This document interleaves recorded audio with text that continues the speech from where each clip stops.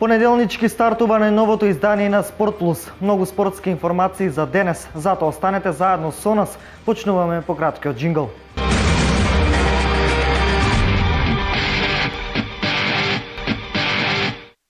Македонија ја забележа првата победа на Евробаскетот 2015 откако вчера во првиот меч од групата С во Загреб славеше над селекцијата на Холандија со резултат од 78-71.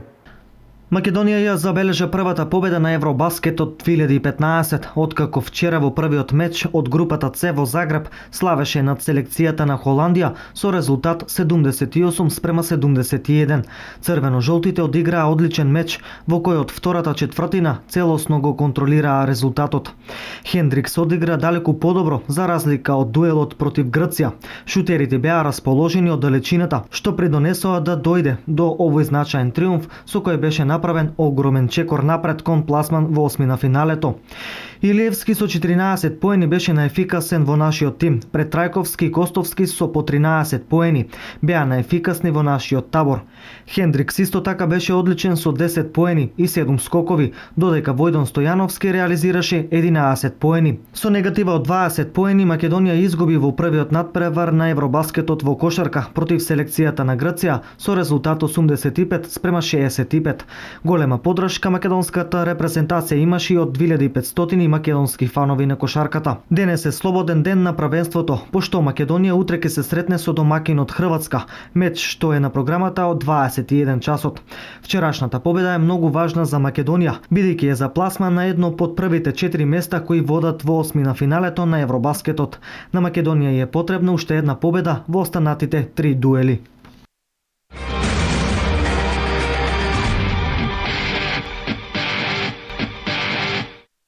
Поминаа 5 кола од првата македонска фудбалска лига. Освен победата против Работнички, фудбалскиот клуб Брегалница забележа 4 порази.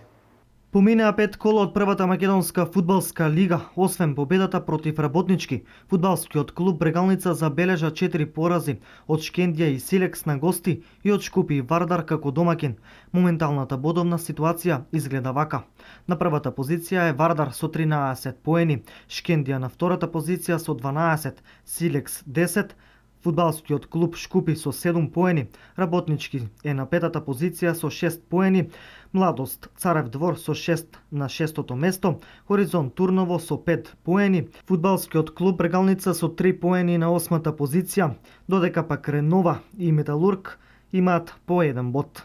Во моментот има пауза во првенството поради квалификацијските настапи на селекцијата на Македонија против Луксембург и Шпанија, период во кој раководството на Брегалница ќе треба да размисли и да договори нов тренер на местото на Владко Костов. До крајот на првиот дел Брегалница би требало да има лесна задача, бидејќи противниците ќе им бидат за нијанса полесни, односно на гости ќе игра против Металург, потоа следуваат 2 домашни дуели во Кочани против Младост Царев двор и Хоризонт, и во 9-тото коло Брегалница ќе гостува на екипата на Ренова.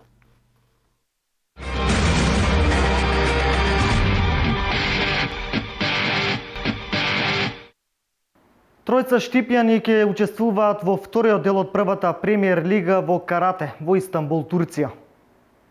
Тројца штипјани ќе учествуваат во вториот дел од првата премиер лига во карате во Истанбул, Турција. Станува збор за Емил Павлов, Жарко Арсовски и Сашко Патраклиев. Конкуренцијата во премиер лигата е силна, бидејќи ќе настапуваат најдобрите светски каратисти. Но штипските представници се исклучително квалитетни и докажани спортисти, па очекувањата се дека тие добро ќе се пласираат во Турција. Најголеми очекувања има за Емил Павлов, бидејќи тој досега беше европски првак и трет на европските спортски игри кои се одржаа во Баку. Тренерот на Павлов, Жарко Арсовски, ќе ги брани боите на Мак Петрол, затоа што скопскиот клуб не сака да му издаде исписница, додека Сашко Патраклиев ќе ја брани честа на македонка. Поради повредата на европските игри во премиер лигата нема да учествува вториот освојувач на бронзен медал Мартин Несторовски.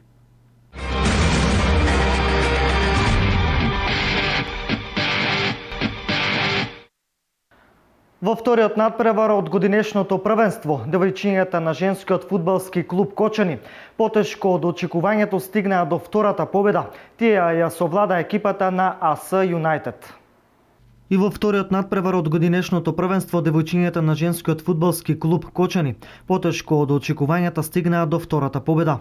На стадионот Никола Мантов во Кочани тие ја совлада екипата на АС Юнајтед од Струга со резултат 4:1.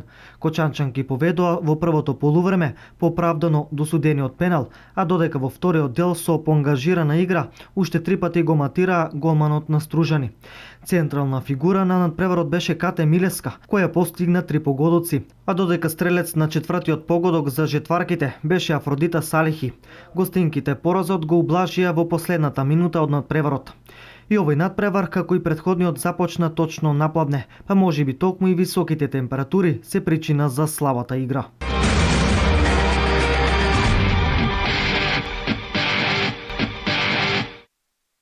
На градскиот стадион во Делчево вчера се одигра второто коло во третата лига. Брегалница забележа победа над Струмичка Беласица со резултат 2:1.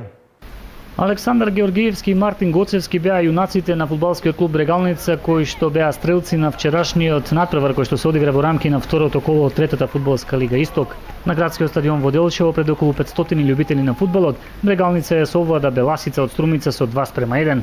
Надпревар во кој двете екипи имаа голем број на шанси за погодоци, но сепак 2:1 беше финалниот епилог од оваа средба.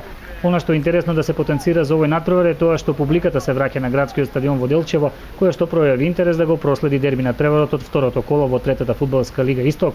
Во рамки на ова надпреварување фудбалерите на Осогово ја забележаа првата првенствена победа откако со головите на Паунов кој 2 пати прецизно стрелаш, Цветанов, Натков и Јаневски, како гости го совладаа Караминци со 5:2. Во второто коло главно победа славеа фаворитите. Овчеполе ја совлада Слога со 1:0. Со убедливи 7:0 Академија Пандев славеше на тимот на САС од Македонска Каменица. Напредок Здравје загуби на домашен терен од Штипски Баби со 1:2, додека во последниот надпревар фаворитот за влегување во втора лига Плачковица славеше на гости кај Работник со 2:0.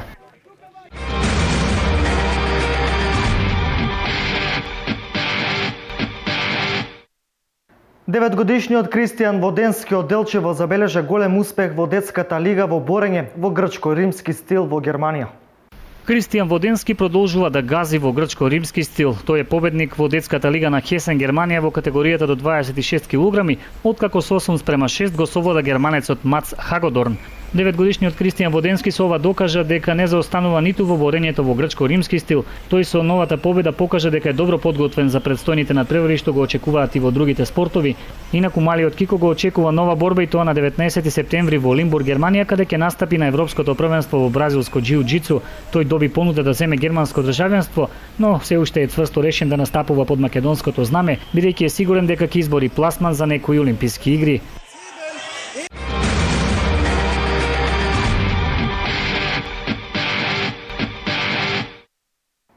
Македонскиот маратонец Евгениј Попацев ја освои гран при серијата на ФИНА во маратонското пливање. Македонскиот маратонец Евгениј Попацев ја освои гран при серијата на ФИНА во маратонско пливање. Попацев, кој минатата недела победи во Охрид на последниот маратон, Капри Наполи, го освои второто место што му ја донесе титулата во вкупниот пласман. Инаку на 36 километарската трка Капри Наполи победи аргентинецот Дамјан Блаум пред Попацев и домашниот пливач Симоне Ерколи. Попацев гран при серијата на ФИНА ја заврши со 49 бодови, што му беше доволно да ја освои титулата во вкупниот пласман. Во женска конкуренција победи италијанката Аличе Франко, која славеше и во Охрид пред 8 дена. Втора е новата светска првенка Пилар Хеихо од Аргентина, а трета Естер Нунјес од Шпанија. Температурата на воздухот достигна максимални 27, а на водата 28 степени Целзиусови. Но морските бранови им задаваа проблеми на пливачите во текот на целата трка. Од најавените 28 не стартуваа двајца, па во трката останаа 16 мажи и 10 жени.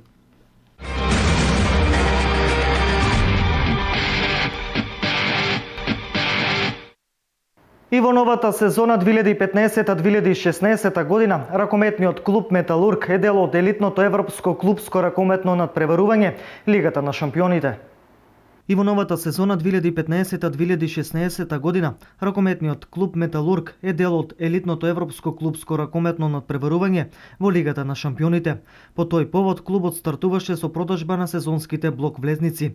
Најпрво најверните навивачи, кои беа со овој клуб во најтешките моменти и кои беа 8 играч, им се нуди обнова на нивните лански блок влезници по цени кои се символични и кои важат само за нив. Обновувањето за блок влезниците ќе се врши од 7 септември до 13 септември. Во редовна продажба блок влезниците ќе се продаваат по повисоки цени. Блок влезниците ќе важат за сите 5 домашни надпревари во спортската сала Борис Трајковски. Обновувањето на блок влезниците ќе се изведува исклучиво онлайн на karti.com.mk. Да ја покажеме на ракометна Европа дека ракометниот клуб Металург има публика со најголемо срце. Е мотото за стартот на новата ракометна сезона.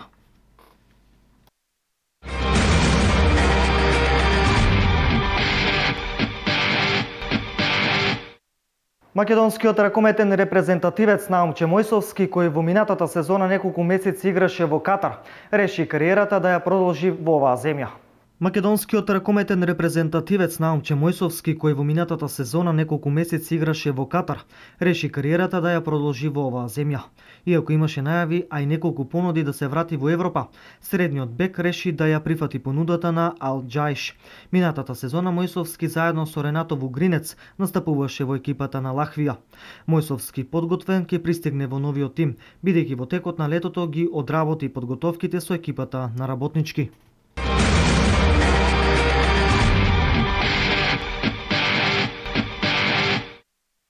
Магазинот Forbes го објави списокот на најбогатите тенисери со вкупна заработка од 2015 година. На врвот на табелата е Федерер, најбогат тенисер во светот.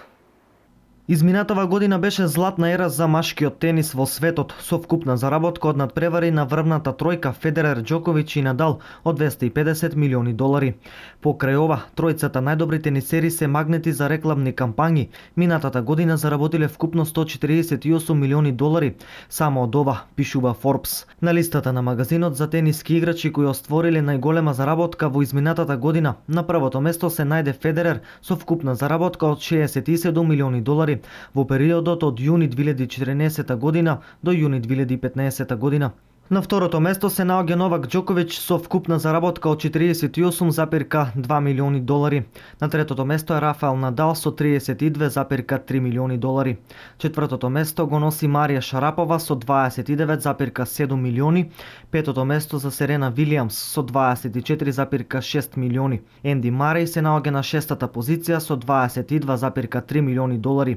На седмата позиција е Кеј Нишикори со $19,5 милиони. На осмото место е Каролин Вознијацки со $14,6 милиони. Деветата позиција му припаѓа на Стен Вавринка со $11,1 милион. Десетата позиција и припадна на Ана Ивановик со вкупна заработка од $8,3 милиони. 11-тото место е за Григор Димитров со $7,8 милиони и 12-тото место го носи Петра Квитова со $7,7 милиони.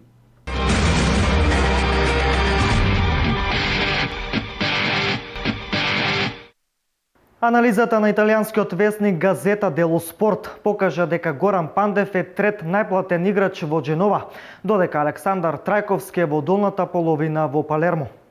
Газета Дело Спорт и сезонова направи анализа на примањата на сите фудбалери и тренери во серијата А. Анализата на италијанскиот весник покажа дека Горан Пандев е трет најплатен играч во Џенова, додека Александар Трајковски е во долната половина во Палермо според висината на платата. Поискусниот Пандев има договор до јуни 2017 година, според кој заработува €800,000 по сезона, додека помладиот Трајковски има договор до летото 2020 година со заработка по сезона од €300,000. Тоа се нето примања по одбивање на даноците и другите давачки. Шампионот Јувентус одвојува најмногу заплати на своите фудбалери – €124 милиони, 11 милиони повеќе од второпласираната Рома. Милан е трет на листата со 101 милион, додека градскиот ривал Интер ќе потроши 94 милиони.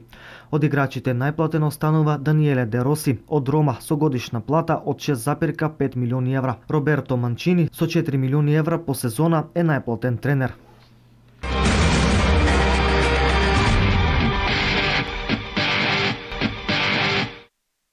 И оваа година Македонија ќе биде дел од кампањата на Европската Унија Биди активен, со која се промовираат спортот и здравиот начин на живот.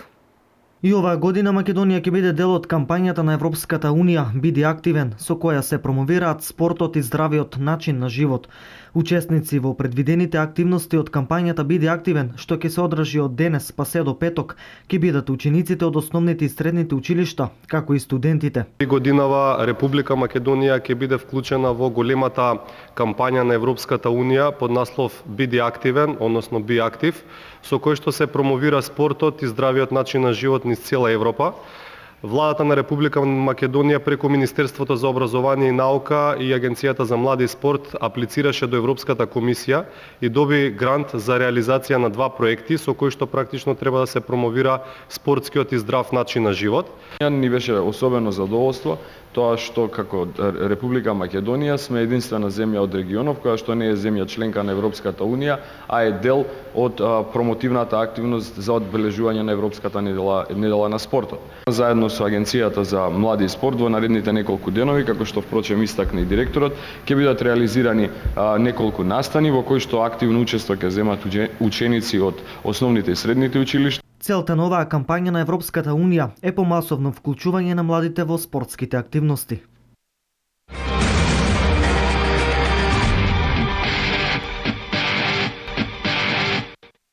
Ова беше се за денес. Следете спорт, сакајте и живите спортски. Следната средба е за 7 дена. Довидување.